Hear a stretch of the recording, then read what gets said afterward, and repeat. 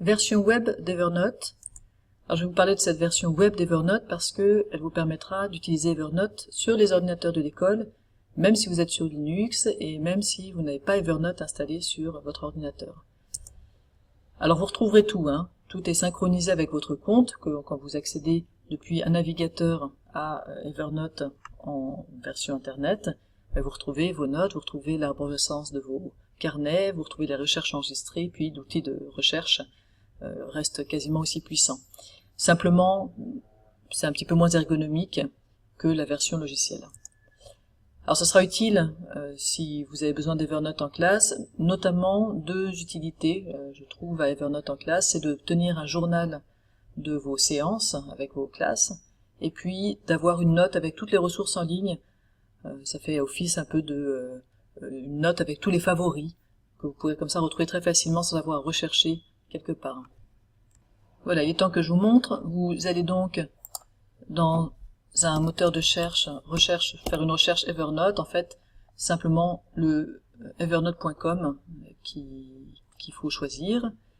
Et puis vous allez choisir se connecter puisque vous avez déjà un compte et se connecter avec Google. Si vous avez choisi d'utiliser Google, sinon vous utilisez votre adresse email et nom d'utilisateur. Alors je vais vite, on a déjà fait ça plusieurs fois.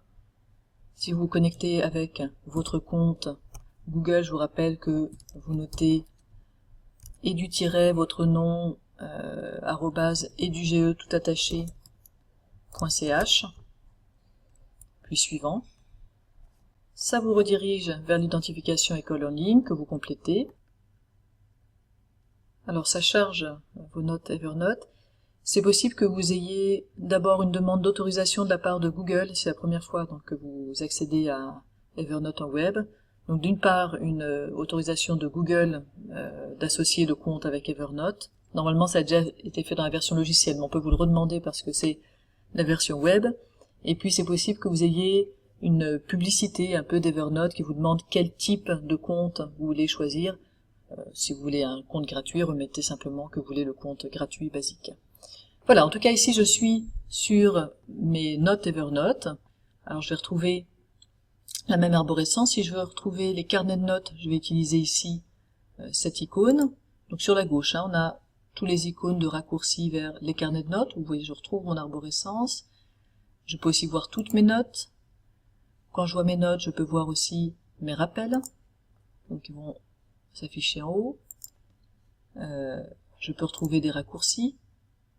Et puis, j'ai la possibilité de faire une recherche. Et par exemple, si je veux rechercher tout ce que j'ai qui concerne les cours, donc je peux faire cours. Alors le problème, c'est que je vais avoir aussi les courses qui vont se mettre dedans. Donc j'ai les mêmes possibilités qu'avec Evernote. Je peux faire cours moins courses. Ça veut dire que tout ce qui a cours, mais tout ce qui n'a pas le mot course.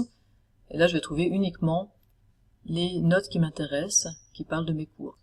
Je vous montre du coup un peu à quoi ressemble une note de cours. C'est une sorte de journal en fait où je marque chaque jour ce que je fais.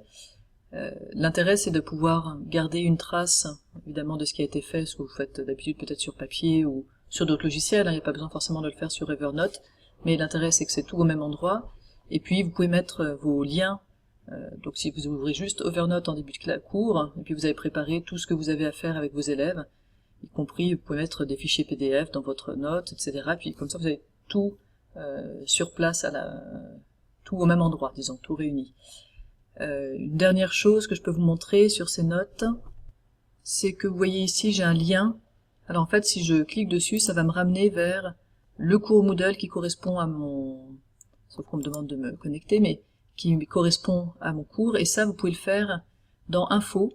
Vous pouvez associer une URL, ici, à votre cours. Vous pouvez changer l'URL, si vous voulez. Par exemple, vous pouvez mettre un lien vers Memo ou quelque chose comme ça, et ça vous permet d'avoir un lien un peu permanent associé à votre cours en un clic. Vous avez comme ça, en tout cas si vous utilisez Moodle, c'est très pratique. Dans cette possibilité d'ajouter une URL, bien sûr, on la retrouve aussi sur le logiciel Evernote. Donc là, je suis sur le logiciel Evernote, vous le retrouverez au même endroit, c'est-à-dire dans Info. Si vous cliquez sur Info, vous avez la possibilité d'ajouter une URL, et puis là, vous pouvez coller l'URL qui vous intéresse, et vous avez comme ça une URL qui est associée à votre note. Une dernière chose qui me paraît utile si vous décidez d'utiliser Evernote en classe, c'est d'avoir une note comme ça avec toutes les ressources que vous utilisez fréquemment et qui vous fait un peu un journal de favoris Internet. Mais ça évite de s'enquiquiner à rechercher ou de devoir gérer des favoris qui sont pas forcément synchronisés entre les différents ordinateurs que vous utilisez.